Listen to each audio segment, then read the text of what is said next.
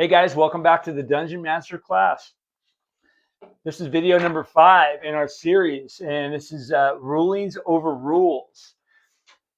You know, now that you have the mindset, you have the tools, you have the home base, here's your home base, you have your first dungeon.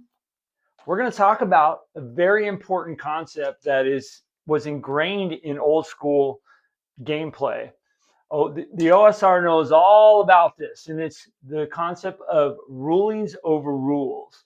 You know, you hear this, you say, hold on, guys, let me, just find the exact percentage chance for a thief climbing a wet, mossy wall, right, in the rain while holding a 150-pound sack of copper, right?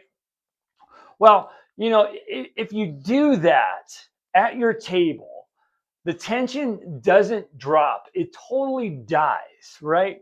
The biggest fear that new DMs have is that they won't memorize, these massive rule books. Some of us have these things memorized for like the back of our hand. I don't know. I've been accused of being one of those people. But for a new DM, obviously this is impossible. All these books, So, but there is one old school OSR secret, for the old school Renaissance. You don't need to. You don't need to memorize everything. So in AD&D, this book right here, the rules are a tool, 100%, not a straitjacket, right? Today in this show, I'm going to show you how to stop looking through the book and start making common sense DM calls, right? That keep your game moving, at lightning speed. All right, so the first one is, I'm going to call this the 2-minute rule, right? So let's establish the first law in rulings over rules, and that is the 2-minute rule. The 2-minute rule, think of that and keep that in your mind. If a weird situation comes up and you can't find the official rule in the book within 120 seconds, right? You stop looking, okay? You make a temporary ruling on the spot. You tell your players, we're doing it this way tonight, and I'll look the official rule up after the session. And you keep rolling dice, okay? Your friends aren't there to watch you read, an index, right? They're here to play. And they're going to respect that. Trust me, I do it all the time. In my campaign, it's kind of a different, it's kind of anti what I'm even teaching. We love to stop the rule and look up rules. And everybody will bring their book out. We all look it up really quickly, for a clarification on a certain spell or something like that. But if you have a table in that is, and you have tension building up and momentum, use 120 seconds. Boom, make a ruling, and they will respect that. Okay, so next thing, modern games often tell you that your character can't do, because it's not on their character sheet, right? In old school play, think it's exact opposite, right? If the character asks, "Can I throw sand in the orc's eyes to blind them?" Right? They're not going to look on their sheet and see if they have the blind orc sand throw ability on it. They're going to do it, and you're going to go with it. You're going to say yes because you want to go with. You want your characters to become your players to be creative, right? So your answer should almost always be yes, but yes being you allow the creative action. The but is you attach a risk to it, right? So of course you can do it, but here's your risk. But you're going to have to drop your shield, right? This round to reach for the dirt. You know what I mean? As simple as that. So, and the orc's going to get a saving throw from it, dragon breath saving throw to dodge it, so you let your players be creative. It is the best thing. And if you keep saying, no, you can't do that. No, they're going to stop trying to be creative, and you don't want that in your game. So yes, you can be creative. Yes, you can throw that sand, but This is the risk for your creative action, you know. So anyways, you know, because this reward is thinking, and you know, this is going to reward them thinking, right, and creatively, and it's going to keep the table chemistry alive without breaking, you know, the game's danger level. All right, so the secret weapon here. This is a 2-in-1 chance. I want to kind of get into, right. So, when in doubt, right? When in doubt, don't overcomplicate the math, right? You don't need percentages, right? If a player wants to do something that relies purely on luck or a general, you know, capability, right? Like, you know, forcing open a stuck door, or, you know, that might be a bad example, but, you know, noticing a draft, or you know, interpreting a rumor. Use a D6. Super simple. Give a 1 in 6 chance if it's tough. Give a 2 in 6 chance if it's reasonable. 3 in 6 if it's super easy. 4 in 6 if it's ultra easy. You know, use that. You don't have to have it written in stone. You know, roll it, and if it lands on the right number, then they succeed. You know, it's fast, it's fair, and everybody at the table understands it instantly. Sometimes I don't even use that. You know, if they come up with some creative idea, you know, wants to swing over here, I might give them a dex check that they hold on or something like that. But you can always just use common sense. Sure, you can do that, you know, but here's your risk.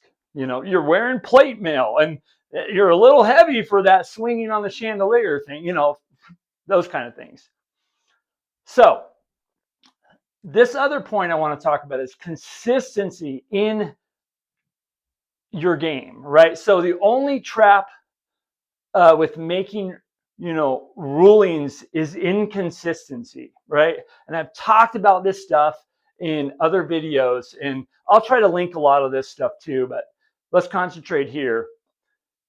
You got to be consistent, right? You have to be consistent. Inconsistency is going to just piss off your players. You know, it's going to piss off everybody. It's going to piss off the players that aren't even playing. You got to be consistent as a DM.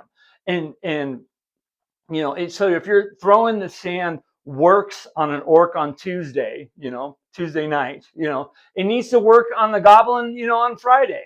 You know, write your quick table rulings down, you know, put them on your little adventure log like I talked about. You know, or on a yellow index pad, you know, legal pad, or on some, you know, some index cards. That pad, you know, that collection is gonna becomes your table's unique law, right? It's very, very important to just stay consistent on your rulings. You know, these are rules, right? But you can interpret them. You really, really can. And it's always great to use the, you know, I think it even says in your guidelines, right? So consistency, just be consistent, right? And another thing that I recommend is don't overcomplicate stuff. Do not overcomplicate your you know, use your common sense in there. Say, yeah, that's kind of a tough thing to do, but, you know, allow it.